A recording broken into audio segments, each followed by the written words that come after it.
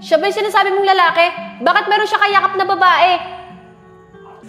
Happy birthday to you!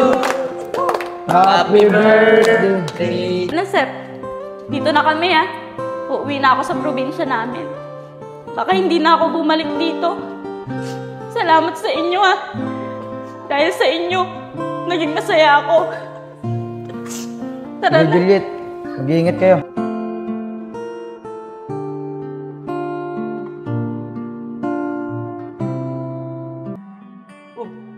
Joseph, sino na rin oh?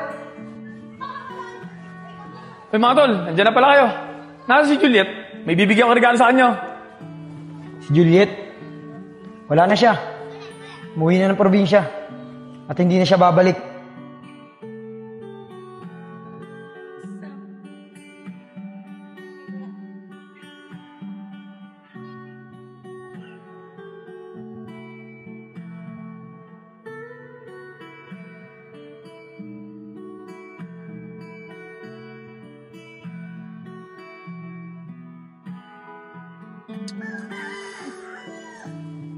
Sep, nga pala, bakit hanggang ngayon dito pa rin tayo nakatambay?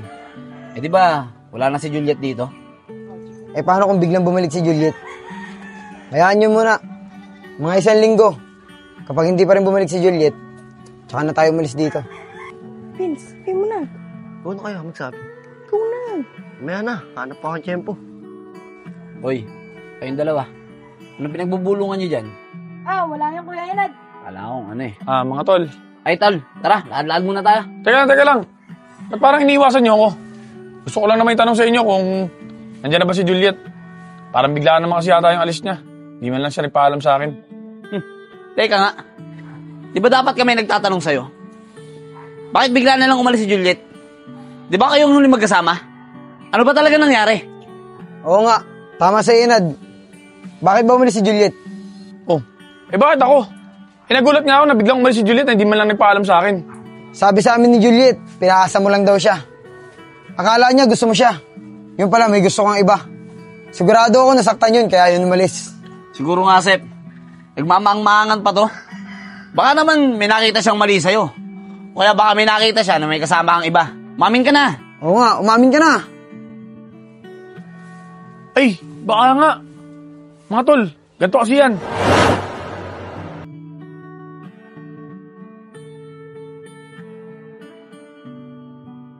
Kuya! Kuya! Si Anggito! Oh, Anggi, ba't nandito ka? Anong ginagawa mo rito? Kuya, may nababalitaan kasi ako sa'yo. Oh, ano na naman yun? Saka paano mo nahanap itong tinitirang ko? Wala, nagtanong-tanong lang ako. Mga iba tayo, kuya. Sino yung babaeng lagi mong nakakasama? Bakit mo tinatanong? Siguro si nanay nagpapunta sa'yo rito, no? Oo, si nanay nagpapunta sa akin dito. Nababalitaan kasi namin na yung babaeng nakakasama mo, nasasangkot sa gulo, baka madamay ka. Anggi, mabait na tao si Juliet. Di siya tulad ng inaakala niyo. Sa totoo nga niyan gusto ko na siya. Mukhang mahal ko na nga yun Kaya sana, huwag niyo naman ako pigilan ni nanay sa nararamdaman ko. Nakakapanibago ka, kuya. Ngayon lang kita nakitang ganyan. Mukhang in love ka talaga sa babaeng yun. Oo, Anggi. In love talaga ako sa kanya. Sige, kuya. Di ko na lang sasabihin kay nanay. Susuportahan na lang kita sa nararamdaman mo. Talaga. Maraming salamat, kapatid. Maraming salamat talaga, kapatid. Tara, pasok na tayo sa loob. Tara, kuya. Yung kapatid kong babae, pumunta kasi sa amin noong nakaraang gabi. Baka yun yung nakita ni Juliet.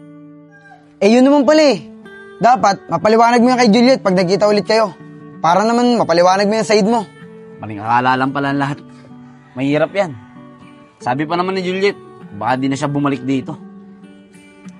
Ayun nga ang problema, tol Sana bumalik si Juliet. Yun ang problema mo ngayon. Pero siya nga pala, tol. Saan napunta mo niyan? Sa trabaho ko, Sep. Pinapatawag kasi ako ng boss ko O paano? Maiwan ko na kayo dyan, ha? Pamalik Sige. pa ako Ingat ka, ingat ka. Sige, mga tol. Salamat.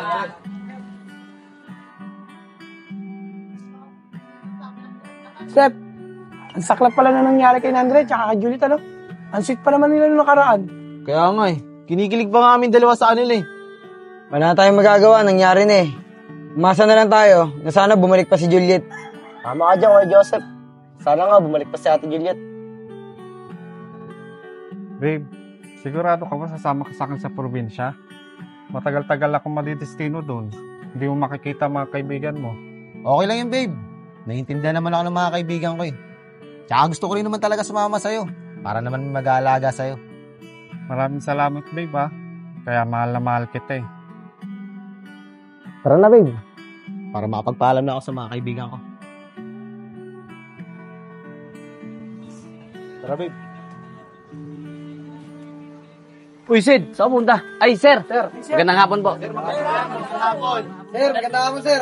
Magandang hapon din sa inyo, mga bata. Siya nga pala mga tol, magpapaalam pala muna ako sa inyo. Madidistino kasi yung jowa ko sa probinsya, kaya sasama muna ako sa kanya. Sir, mawalang galang na po. Kakausapin lang po namin tong kaibigan namin. Sid, tara nga dito. Sid, matanong nga kita. Seryoso ka ba talaga dyan? Oo, Nad. Seryoso talaga ako sa kanya. Alam mo, pre, isang araw kala ko nagtitrip ka lang eh. Pero ngayon kasama mo na naman. At sasama ka pa sa kanya. Sa probinsya pa talaga. Nad, wala naman ako magagawa eh. Mahal nga ni. Sige nga, Sid. Kung mahal mo, i-kiss mo nga. Kiss lang ba? Walang problema yan. Uy, Sid. Gagawin mo talaga. Biro lang ito. Oo naman. Para mapatunayan ko sa inyo na mahal ko talaga si Vanessa. Teka, Sid, nakapumpulis siya, no? Manaysa pa rin pangalan yan? Ay, oo nga pala. Sir Balong pala. Sige na, halikan ko na. Para mapakita ko sa inyo kung gaano ko siya kamahal. Oh, Sid! Babe, kailangan muna kitang halikan. Para mapakita ko sa kanila kung gaano kita kamahal. Sige, babe. Ikaw bahala.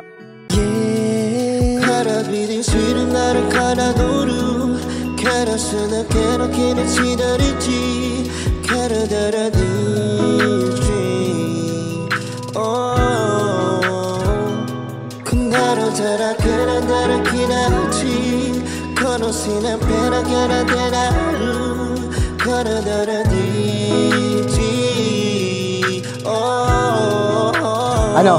Okay na ba sa inyo yan? Siguro naman, naniniwala na kayo. Sige, Sid! Umalis na kayo! Sumasakit yung tiyan namin sa inyo!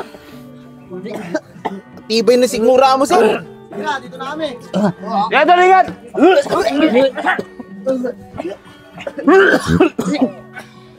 Joseph, siguro ito na yung tamang pagkakataon para sabihin namin sa ito. Oh, ano ba yung sasabihin nyo? Kuya Joseph, alis na muna kami na yung sa grupo. Bakit naman?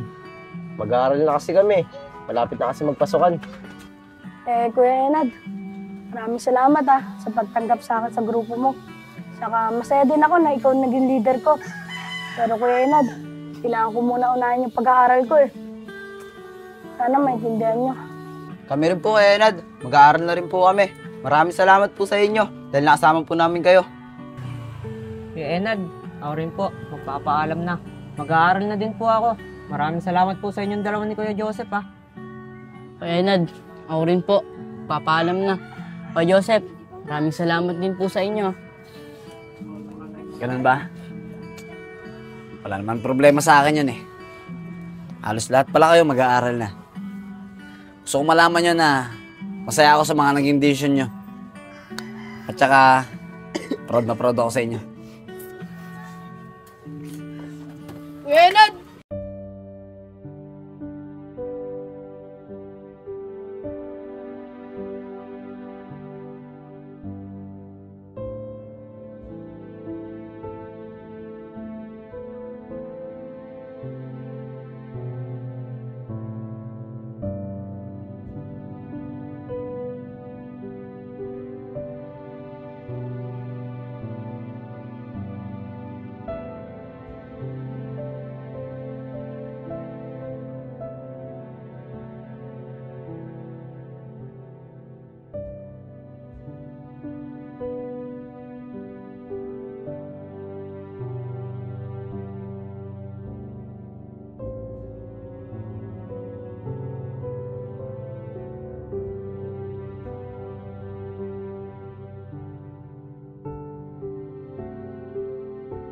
Ako nga pala si Joseph, ang leader ng gang namin.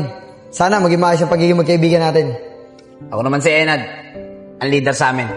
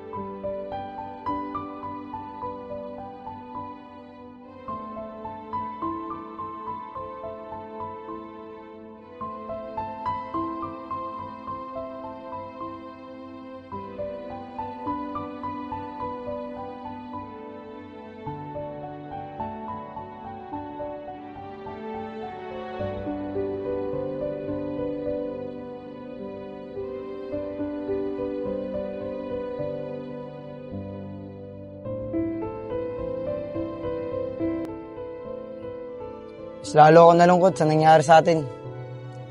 Di ko akalain na aabot pala tayo sa punto na magkakahiwa-hiwalay tayo. Kaya nga, Sep eh. Kung sa bagay, may kanya-kanya naman kasi tayong obligasyon sa buhay. Makunti na lang tayo. Ano plano mo, Sep? Nad, mas mabuti siguro kung maghiwa-hiwalay muna tayo. Mag-focus na muna tayo sa kanya-kanya nating pamilya. Tama ka, Sep. Hindi naman habang buhay, gangster tayo eh. Kaya ito na siguro yung panahon ko para magtrabaho naman. At para makatulong na rin ako sa mga magulang ko. Tama ka nga, Nad. Kayong tatlo, anong plano nyo? Sep, siguro, uwi muna ako ng probinsya. Tutulungan ko yung tatay ko sa bukid. Ako mga tol, siguro, babalik muna ako sa pagtatrabaho sa palengke. Para makaipon ako at makabalik ako sa pag-aaral. Ganun ba? Ikaw, Kevin, anong plano mo? Ako, Sep, hindi ko alam eh. Wala naman kasi akong alam ng trabaho. Pati wala na rin akong pamilya na babalikan. Kevin, gusto sumama ka na lang kaya sa akin sa palengke para makapag-ipon ka. Talaga, Esko? Sige, sama ako dyan. Maraming salamat. Wala yun. Yun naman pala eh. May kanya-kanya na tayong pupuntahan. O paano mga tol? Magkanya-kanya na muna tayo. Hanggang sa muli natin pagkikita. Hanggang sa muling pagkikita, mga pre.